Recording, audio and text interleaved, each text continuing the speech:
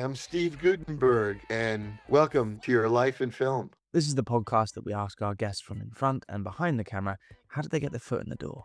What was the key to unlocking their success? What's their story? That's a baby. Oh, I know it's a baby. What's it doing there? It's sleeping. Back in the 1980s, our guest tied with Gene Hackman for the most prolific actor of the decade. Having had many home runs, including Police Academy, Cocoon, Short Circuit, and the biggest money-making movie of 1987, Three Men and a Baby, he's even landed a star on the Hollywood Walk of Fame. We chat about the wild Hollywood of the 1980s, Three Men and a Baby not having a finished script, why you've got to stay cool, and why he feels he hasn't cracked it quite yet. Our guest today is actor Steve Guttenberg. How are you doing, man? Life is good. How are you, man? I'm very good. Thanks so much for taking the time. I'm a big fan, man. This is a big deal for me, and you've been a huge part of my childhood growing up. So thank you so much for taking the time. Thank you for having me on your show. I love your show. You're so interesting, and you come from different angles, and you've got really cool guests. So I'm psyched to talk to you. Cheers, man. Thank you so much. Well, Yeah. to start it off, you've had a long career. You've had like over 4 decades of work, actually working as an actor, which, we all know that's almost impossible. I'd love to ask how that began, where that first bit of interest, that first bit of intrigue into performing, where that started and what sort of age you were. So great to start the conversation with the difficulties and the impossibilities of having and making a living and having a career in show business. So I'm so psyched that you get that right away because it has to appear easy. That's the idea of movies, television, theater, that it's emotional, but it appears easy, to get on that stage and to do Othello. How do you do it? You just walk up there and audition and get the part. Um, but interesting, this June is my 50th year, the anniversary of my 50th year of coming out to Hollywood. And and before that, I've 55 years I've been training here in the city. So it just started out for me. A family friend named Michael Bell was an actor, and he grew up with my parents, and he did really fine work in New York and in Los Angeles. But his big success was the voiceover business. He was one of the first stars of voiceovers. Paul Frees and the voice of Disney and all those guys, he was right in there. So he became very successful. And when he visited us in New York, it was really cool because he was like so rich and he had a Cadillac and had beautiful girlfriends. So when people would say, "What do you want to do?" I was 10 years old. I would say, "What does he do?" Yeah, fair enough. Yeah, why not?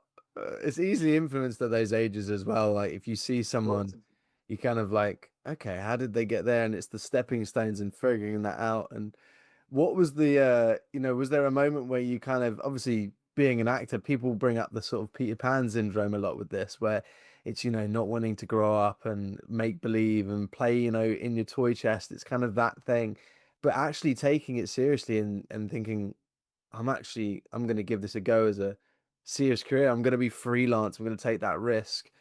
Was that a kind of a big decision, or being young and green, were you just like head first into it? I kind of make that decision every day. You know, I think since I started, really, um, I love the craft. I love my job. Make no mistake. And I've been really lucky. And I'm grateful, so thankful that I was and still are able to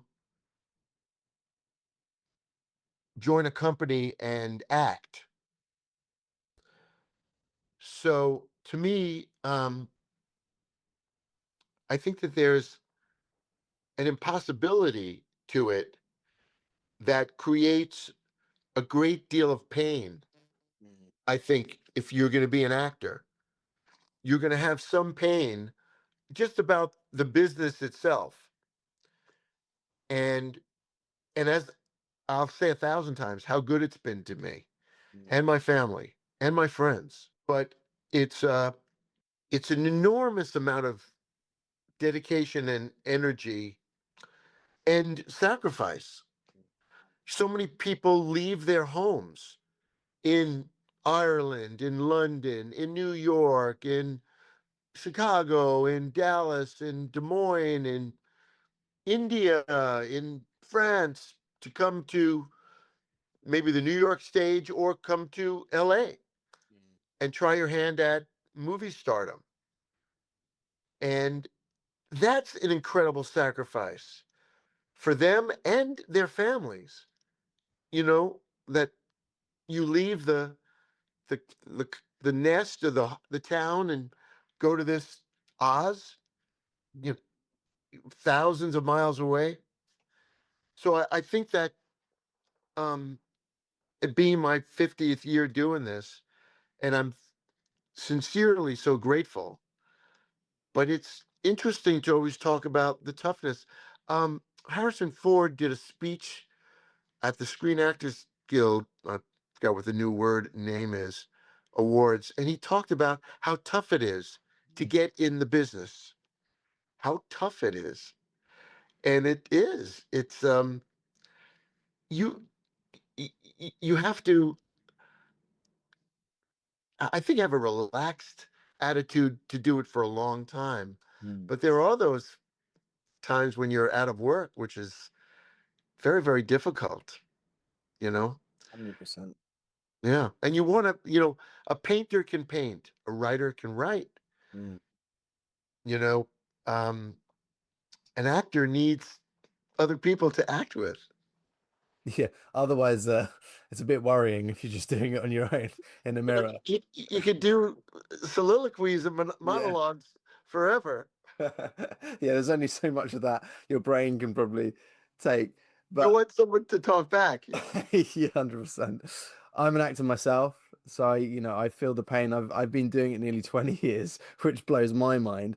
But those downtimes, the struggle in between, and that's what a lot of people don't talk about, and we talk about it a lot on here, like the in between Wow. times, that the things that you do, the coping mechanisms, the things you put in place to keep yourself sane. Do you have things that you do in between work that kind of keep you feeling involved in the industry, keep you like ignited, keeping you like happy and positive? Yes, there's I'm going to bifurcate that question, personal and business. Mhm. Personal, I have a strict regimen that I have to follow because of my such an unstructured career in life, business life. So I'm up early and I have my faith, and I practice my faith in the morning. Um, and then I do some body work, um, and my ablutions, and get to the gym and get to the gym. I have a coffee. I'll say hello to some people. I'll read through the paper, you know, but I got to get to the gym, even if it's for 15 minutes. Mhm. And then I'm also very aware of my mental state. And perhaps I'm a little tough on myself, but I'm very aware of my mental state now more than ever because I've been educated in it. When I was younger, I had moods and I didn't know what the hell to do with them. But now, if I have a mood, I know that it's an emotion, and I deal with it more maturely and and um and with a firm grip. And being in this business, which um can play on your mental health, I'm very aware of my mental health. I try to read good books and watch good films and good um, streamers. I try to connect with people that I love and love me all the time. texting, give a call, just want to say hi, how you doing? It's so important. Mm. Um, and then I have to behave in a way that I like myself. And if I behave when no one's here and no one's with me, and I like the way I behave, and then when I go out into the world and I interact and I like the way I behave, and I want to get better at behaving, and I'm getting better, being less impatient, more patient. I'm a better listener now. I don't rush as much anymore. Mm. And I think all of this builds my mental health personally and my physical health personally. But then it's the business side too. We actors, we can't open up an act an actor store and then have 30 of us go out and do 30 plays and 30 films. It's just one of us. So we need to take care of this thing, the shell. It is the shell because I do believe our energy goes out and we go somewhere else. But we got to take care of the shell.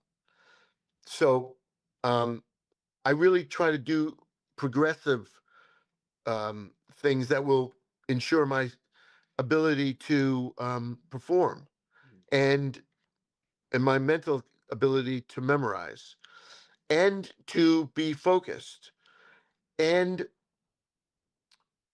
then I'm always reaching out to people I admire in the business and I want to meet them or talk to them or people that I think have an interesting take on certain spaces.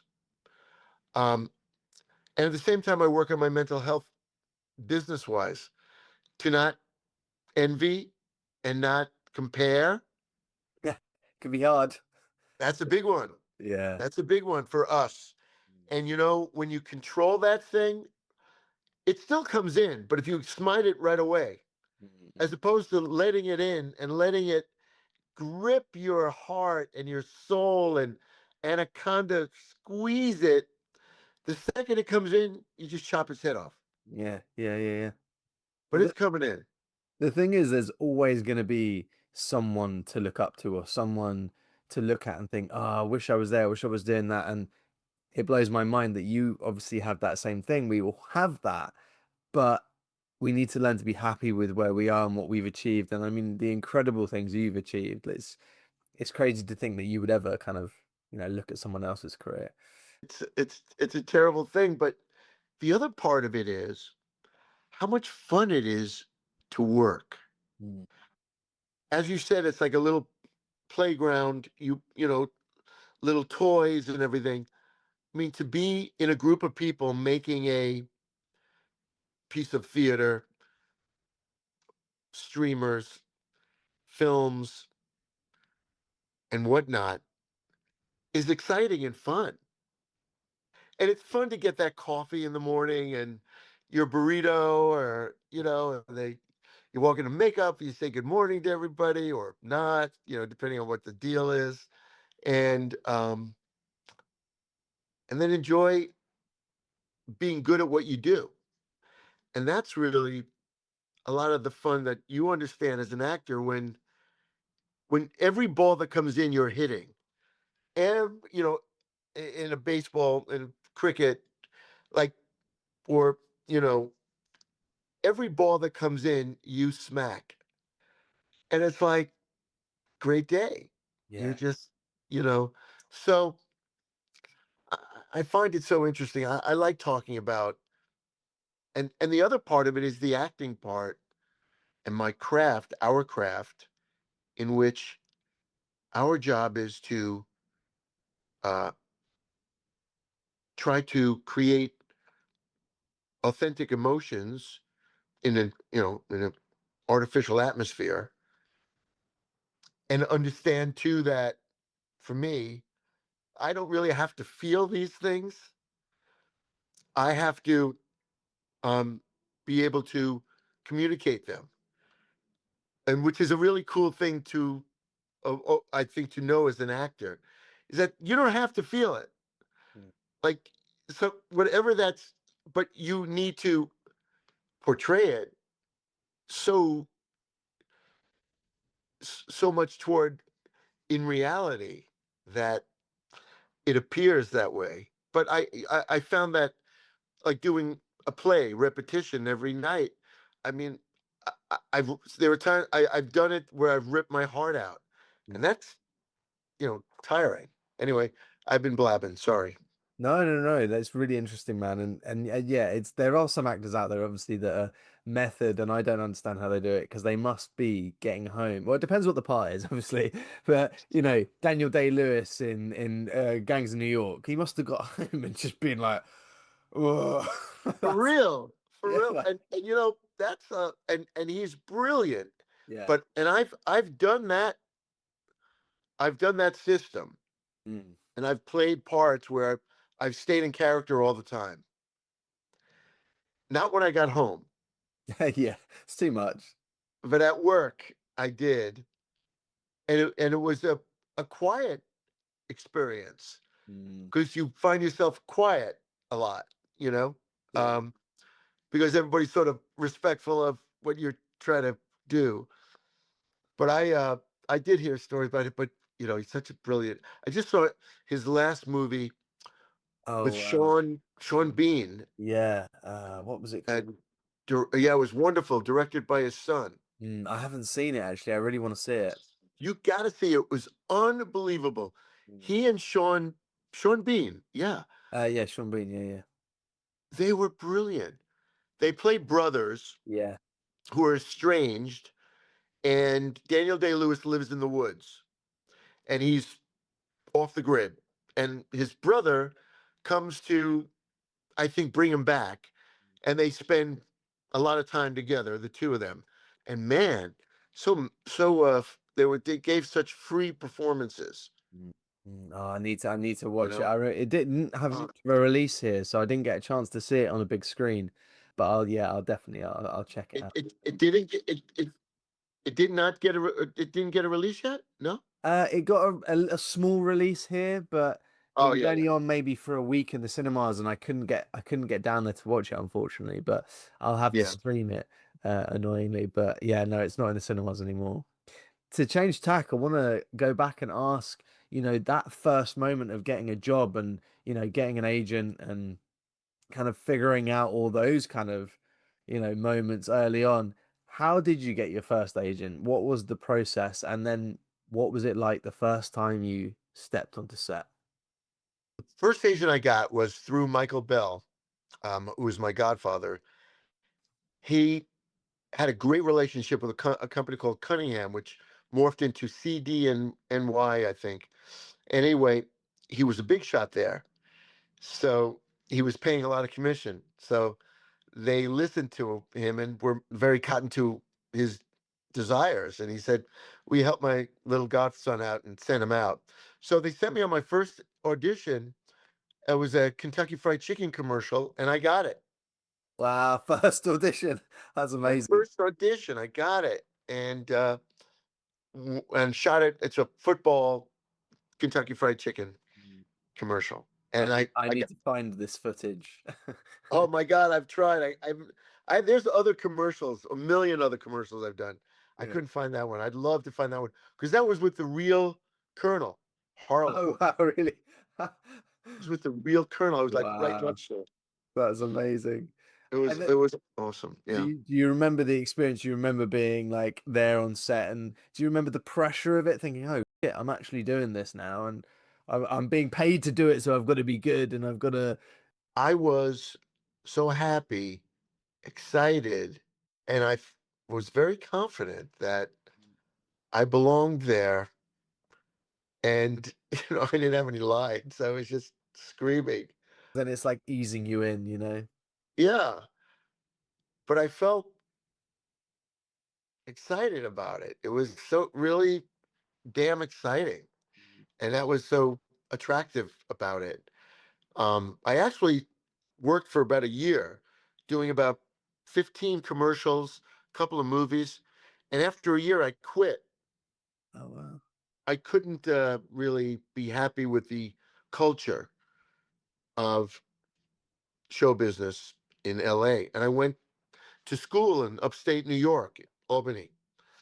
And I got a call from my agent about 6 months into it that they found me a job, and it's overseas, and it was a big movie. And I left school and I took it. And and then I just carried on. But Wow. So it really that could have been a real sliding doors moment. You could be doing something completely different now if you'd not picked it back up again. yeah, Wow. I yeah. noticed one of your very first films was The Boys from Brazil. Yeah, that's the one, yeah. Oh, is that the film you were referring to? And I mean that cast is ridiculous. Laurence Olivier, you got Gregory Peck, like that's James out the Mason, gate. Uda Hagen. Yeah. Wow. It was great, and I got to meet them and spend some time. And they were class act people, all of them. Mm. So elegant, all of them. So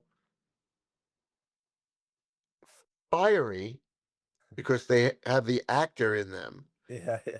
but insanely well mannered, Mm. generous, super generous. It's always good to hear when it's, icons of the screen and stage and you hear good things because sometimes that's not the case. So I'm glad to hear Sometimes, that. yeah. And in terms of the moment that was there a project that felt like a game-changing moment, something where I'm looking at your credits and I'm thinking like obviously Police Academy was huge, but Diner kind of that had what an incredible cast of people that were on their way up. Was it one of those two, or was it a different project that kind of felt like things snapped into place? I don't think I've ever thought that things have snapped into place. Yeah. I'm waiting. Still waiting Um, for that, yeah. I'm waiting. Uh, each job for me uh, is sort of like its own race. Mm. And no matter what I've done that's worked, I'm always looking at the thing I'm working on, or is that I'm starting at zero, and I really got to do this well, and I want to do it well.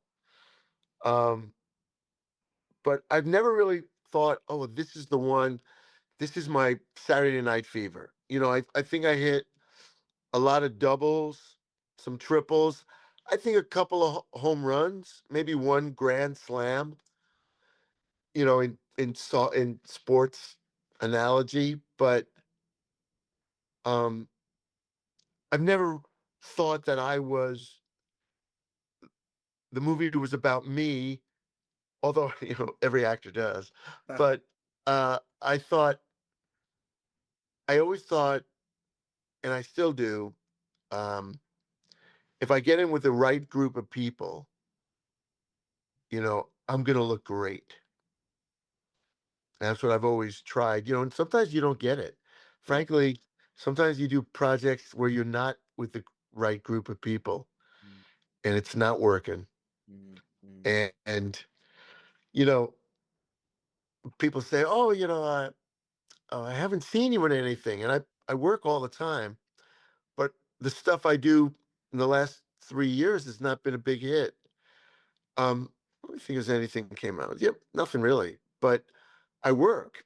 I did a play. I wrote a play. It was a really beautiful play, and I did it a few places here on the East Coast.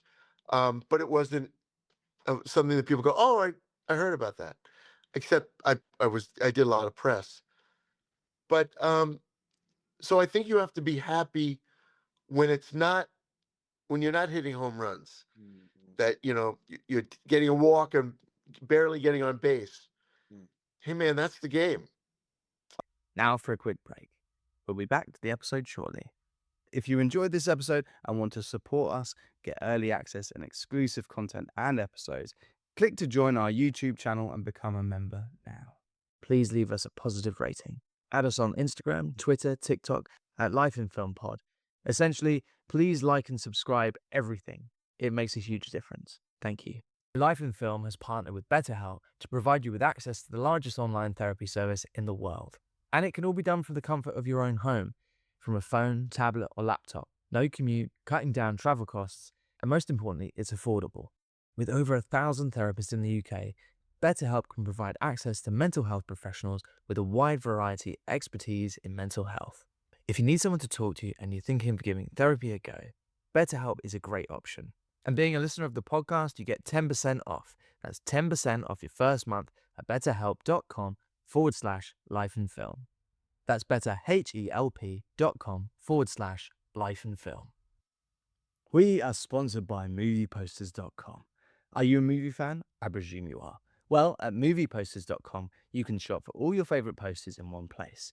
The #1 source for high quality, authentic movie posters. From new releases to cult classics and 100% authentic originals. Thinking of having a browse? Well, if you see a poster that tickles your fancy, as a listener of the podcast, you get 10% off. That's 10% off with promo code LifeandFilm10. That's promo code LifeandFilm10. So why not give it a go?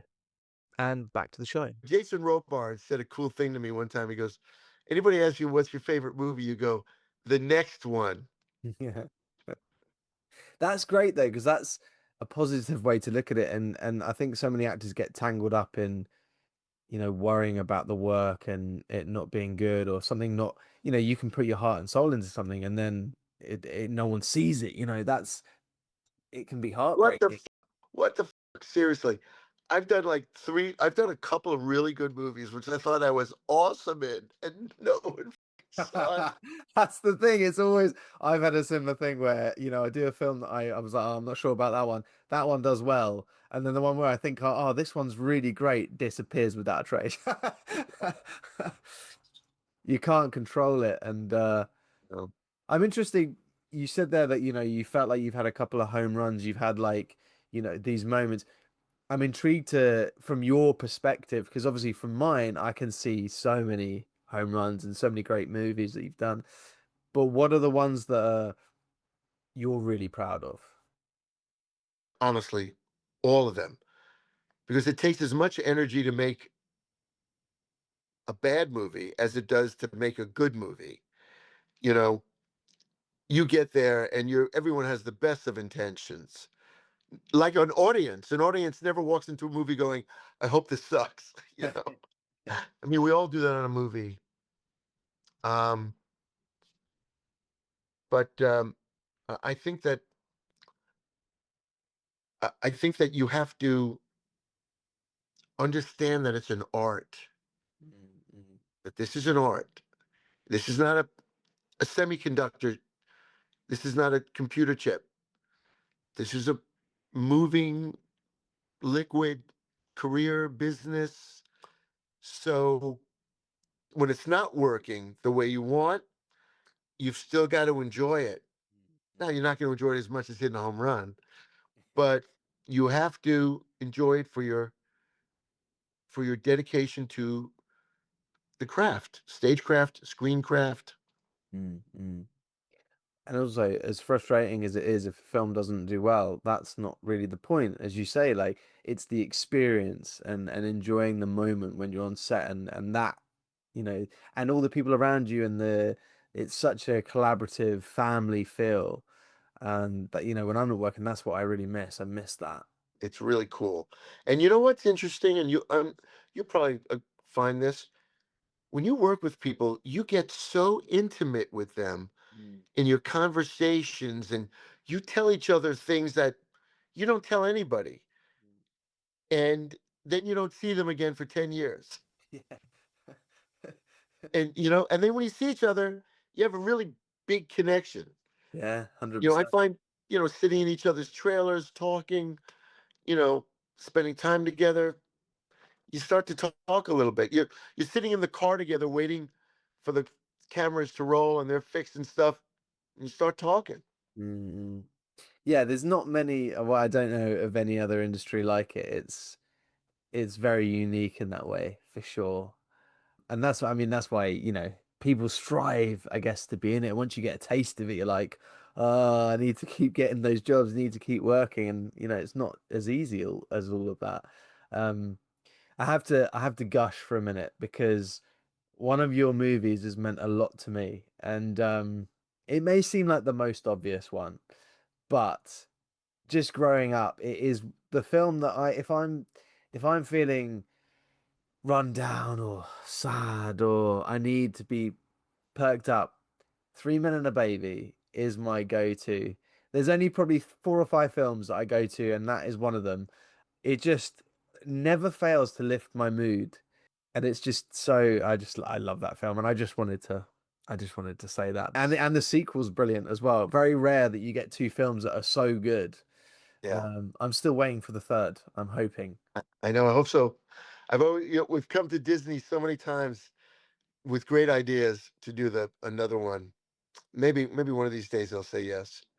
Uh, Fingers I crossed. too love that movie. I got to tell you that Leonard Nimoy and Robert Court, who produced it, they knew exactly what they were doing, and Disney and Kassenberg. It was just like putting together a World Series team. Everybody was great. Script actually was interesting. The first we were supposed to shoot, they put it off for a few weeks because we didn't have a script. So we had these writers locked in a hotel room in the hotel writing away. Um, but That's how they used to do it back in the day. I'm yeah, sure. it's like I'm sure it still goes on today, to be honest. what the fuck, Yeah.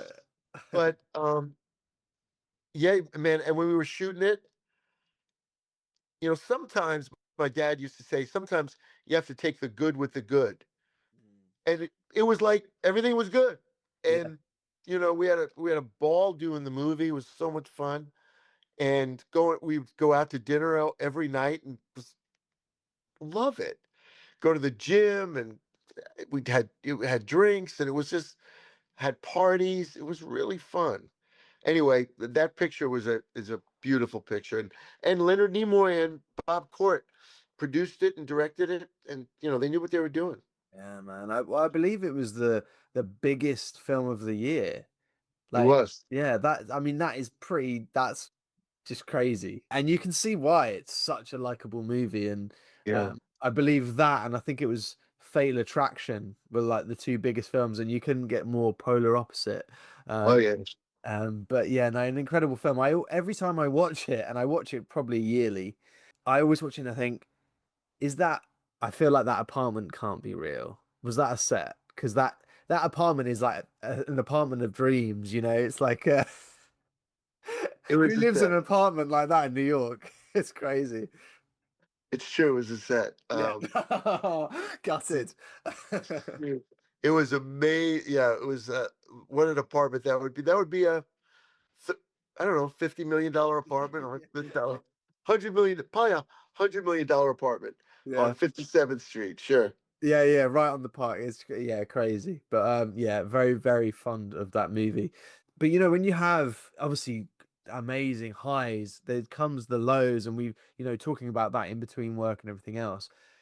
That period you had, like from Diner to like, I mean, you had Cocoon, you had Three Men and a Baby, you had all these amazing films, Police Academy, Short Circuit, like an insane run. And I was looking up the stats, and apparently you and Gene Hackman were like basically the top employed actors in terms of how many films you were doing per year during the 80s, which I mean, an insane feat.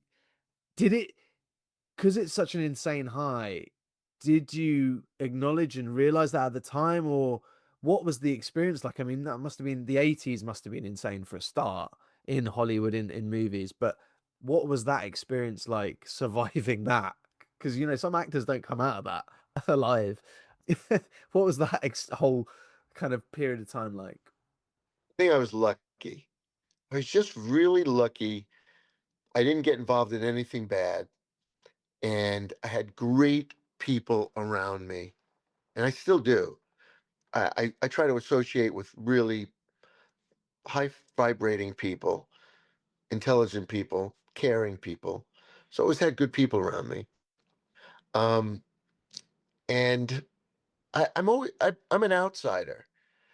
Um, so I was always sort of, even though I was inside the honeycomb, always outside looking in, because because it is uh dreamlike the way. And interestingly enough, my life now is not as hectic because I'm not doing as many films, but the acknowledgement you get in life by being a, an actor, a well-known actor, maybe a liked actor, a popular actor, the the it's easier to get through the slaloms be, because of that. It's an interesting phenomenon.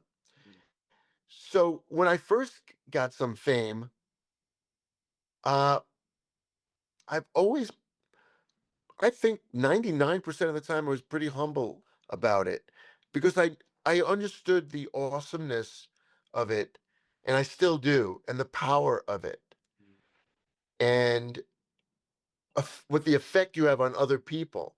Like, how many people walk into a room and somebody goes, "Oh my God!" Like, let's say Robert De Niro walks into a dinner at somebody's house that nobody knows he's coming. Oh my God, are you Robert De Niro? Makes people flip. I mean, no people, very few people go, you know, oh my God, are you Dr. Schwartz? You know, it doesn't happen. It's because that's real life, Yeah. whereas show business life. So I think I've always tried to deal with it with um, with class and still have fun with it. Yeah, 100%. I mean, the longevity of a career says that you've obviously you've navigated it well. And also I've noticed you were talking about, staying fit and going to the gym regularly. And I rewatched Cocoon because I hadn't seen it for many years. And I was like, Jesus Christ, you were in some serious shape in that movie. That And was it crazy. That was crazy. Yeah, that it was just shows you though amazing. you've kept that going. You work out regularly, and that has obviously been a staple. Keeping in shape, and as you say, That's right. that routine. Um, Um, yeah, it's my dad was always a super fit guy, and a Army Ranger and a airborne Army Ranger and a policeman, New York City policeman. So, and I think it feels good. And actually, I think there's a big part of it. It feels good to go to the gym. It really feels good. I'm the same. You've got to like keep moving, and I feel like, especially if you're working as well. Even then, I'm always going to the gym because I feel like being in a good mental space, especially when you've got a demanding role, it keeps you sharp. 1,000,000%. Absolutely. I'm with you. It's so important. So important. Talked about the longevity and everything else, and there's so many actors out there striving and trying to get that role, to try and get a role.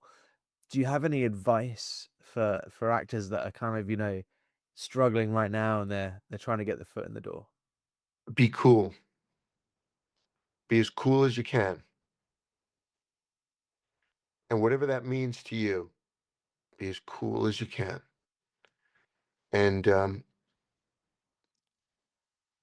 I don't think it's an easy feat when um, you're an actor at all. I don't think it's an easy feat. You try to be cool, because that's what's going to make everything work. By keeping your wits about you, being calm, um, being poised. A friend of mine who's a great actor said to me, always be poised. So have your desk clear and keep your life clear, keep everything in shape, be ready when you do get a call that you got everything done and you can do your work, but be cool, and if you want to, I could add a million lessons, classes, and do theater and all those things, but I would just say keep yourself cool. There was something that Robert De Niro said in an interview. I think it was like a round table, and he said a similar thing. And it was stay ready and to always be kind of prepared for that moment, because if it comes, you don't want to miss it. But also to stay humble as well. You've got to it's it's so many things that you can overthink it, but I think that's a really strong message to sort of just be ready, and when it comes, don't let it go to your head. Don't go crazy. You go to work. I'm sure you don't audition anymore, but can you go back to the time where you used to audition, and is there any sort of a memory that you'd be willing to share with us that was horrendous? I mean, we've all had horrendous audition moments where it all falls to pieces. If you're willing to go there with me, if you can remember any of those early auditions. Yeah, and I still audition because I want to get into great pieces. So there are times when I'll get hired, and there are times when I have to audition. But I did do. Wanted to play a mafia boss's son, and I came in for the audition, and casting director said, you know, there's no way you're going to get hired. You're too ethnic. Too Jewish. All right. So she said, I'm not even bringing you in. And I had the audition. So I left there and I went to a grocery store and I bought Vaseline petroleum jelly. And I went to a used clothing store, and got a leather jacket. And I greased my hair back and full of this Vaseline. And I went in for the audition, and I was talking like this, and hey, how you doing? And da da da. And I got in there, and I got all the way to between two people, me and another guy, and the other guy got the job. But You've got to uh, commit. You've got to commit with I these things. committed, man. And it took me probably, I don't know, 6 months to get the Vaseline out of my hair. Oh no. I don't know. Steve, thank you so much, man. I'm, as I said before, a huge fan. So this is a big moment for me, and I really Thanks. appreciate this. And keep up the good work, man. I always enjoy your movies, and maybe one day we'll meet on set. Who knows? Fingers Hey, crossed. that would be great, man. You've got such a great way about you, and you got such soul, and you're a very deep, you have great integrity, and you have great values, and that's what makes people like you and people like me be able to communicate so well, because we have the same values, and that's great. And I appreciate talking to you too. You're cool. Cheers, man. Thank you. If you enjoyed this episode and you want to support us, get early access and exclusive content, all ad-free, click and join the Life in Film YouTube channel and become a member now. Thank you to our guest Steve and to Sean at Cats PR. As always, thank you to our sponsors, Betterhelp and MoviePosters.com.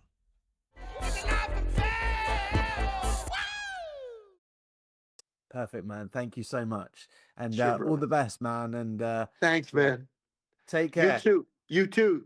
Thank you. Keep that positive attitude. Keep going. Keep going. Keep going. Keep going. Don't let the turkeys get you down. No, man. You got to keep going. That's Take it. care. You too, Cheers. brother. Bye-bye. Bye. Bye. Good night, sweetheart. Well, it's time to go. Do, do, do. I hate to leave you, but I really must say, good night, sweetheart. Good night.